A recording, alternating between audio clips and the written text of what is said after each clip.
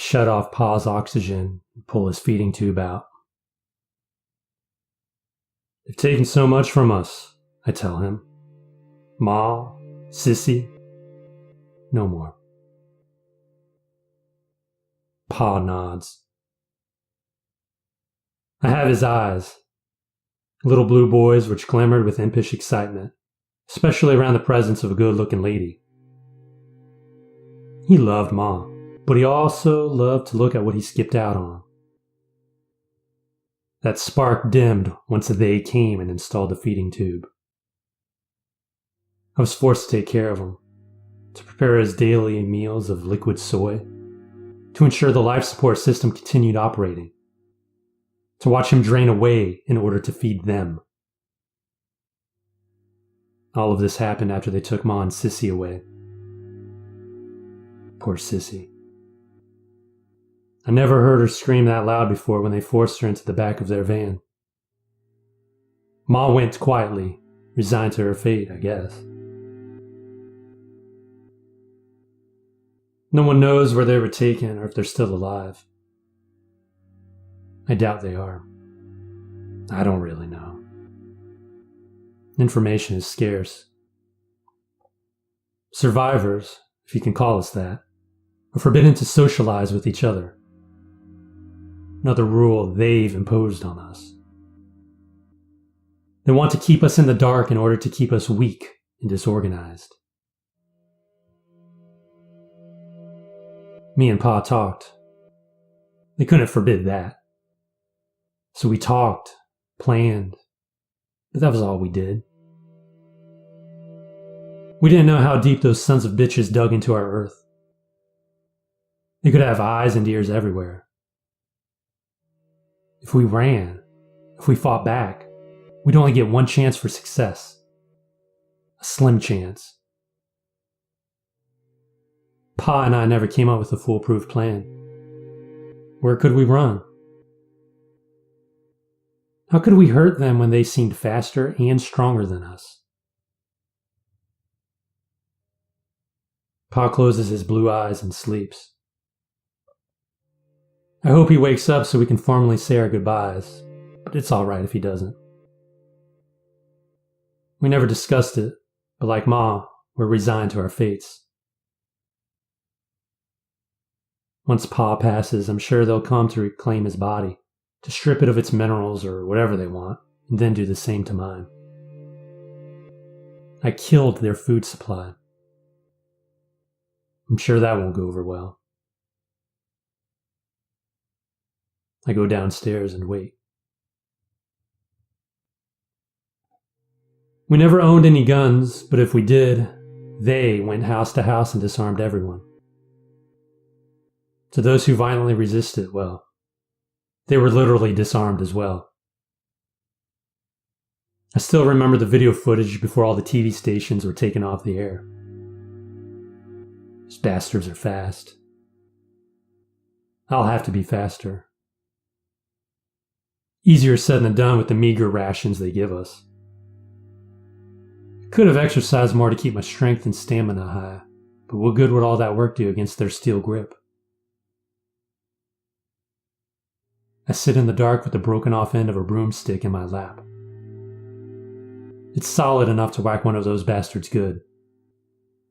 Jagged enough to put out one of their beady black eyes. Let them come.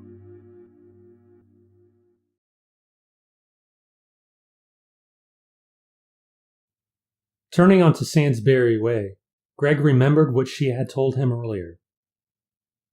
"Pick me up at 7, she said, "and don't be late." Greg checked the digital clock above the CD player in his dashboard. 6:36. No problem. He found a comfortable speed, 45 miles per hour, and relaxed into his seat. The CD player was off. The soft hum of the engine and the soothing roll of the tires lulled Greg into a slight trance. He plotted his short trip to her house in his head. Sandsbury Way to Southern, Southern to Forest Hill, Forest Hill to that road he never knew the name of, that nameless road to her development. That small winding road to her house? Easy. There was no traffic ahead or behind him. He had the single-lane road all to himself. The Sainsbury Way roadside was barren. Woods on both sides. The road was about 3 miles long. No traffic lights or stop signs, and only a few scattered speed limit notices. 6:40. Greg figured he'd get to her house in about 15 minutes. And she had worried about him being late?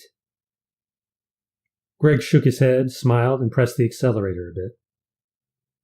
At 50 miles per hour, his car remained steady on its course. Greg looked in his rearview mirror at himself. He had to make sure he looked pretty for his girl. He laughed. I look good, he said to himself, all grins. He looked past himself and saw no cars behind him. He settled back into his seat and looked ahead. No cars approaching him either. Such a lonely road, he thought. 6:43. He hadn't been paying attention. He looked at the clock again. 6:43. That can't be right, he said. He slowed to 40 and looked around him. He passed another speed limit sign. He could see in the distance ahead the Southern Boulevard traffic light.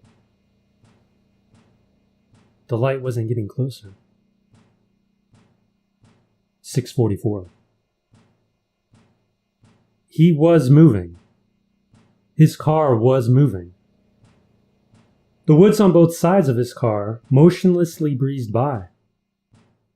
He looked down at the broken white lines that split the lanes, and they were sailing by also. Looking in the rear view again, he saw nothing but road and woods. He pulled over on the shoulder. He tried to say something, tried to begin to grasp his situation, but failed. After a few minutes, he said, "What the fuck?"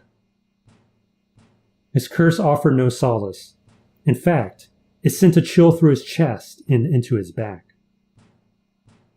He wished he had remained silent. He looked around and saw another speed limit sign just ahead. Okay, he said aloud to no comfort to himself. I'll drive past that sign. If I pass it, then I'm moving. And if I'm moving, then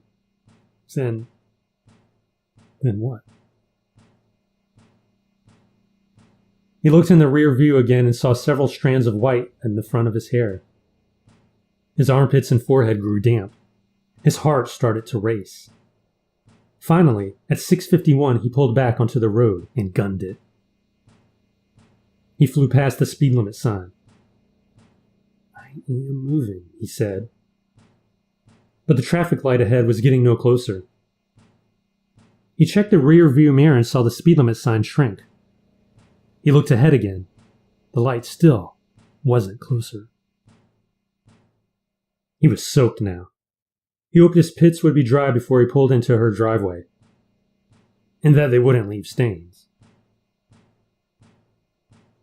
6:52. He floored the accelerator, and the hum of the engine and the rolling of the tires fused into the sound of speed, a long, low growl with the whistling of air between its teeth. He looked at himself again. He thought it was a trick of light and shadow. He thought he saw thin wrinkles form around his eyes. And he thought his bottom eyelids were drooping. 90 miles per hour. 6:57. He was getting no closer to the light. 94. 96. 99. Past another speed limit sign. Thump, thump, thump. Another speed limit sign. The same one? Another one? 100. 6:59. His eyes were fixed on the small traffic lights ahead. 110. The whistling of air. 102.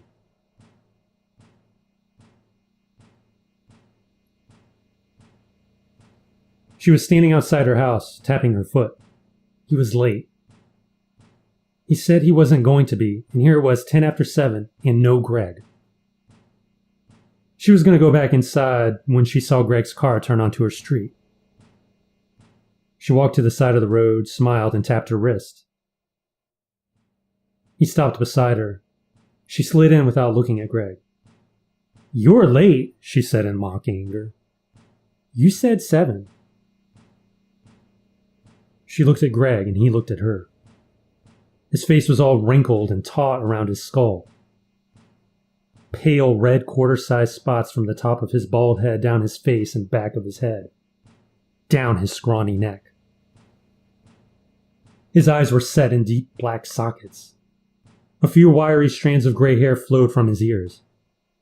His Adam's apple jutted out dangerously far. "I'm sorry," he croaked out before falling forward, held from the steering wheel by his seatbelt. He let out the squishiest, loudest fart, just as she screamed.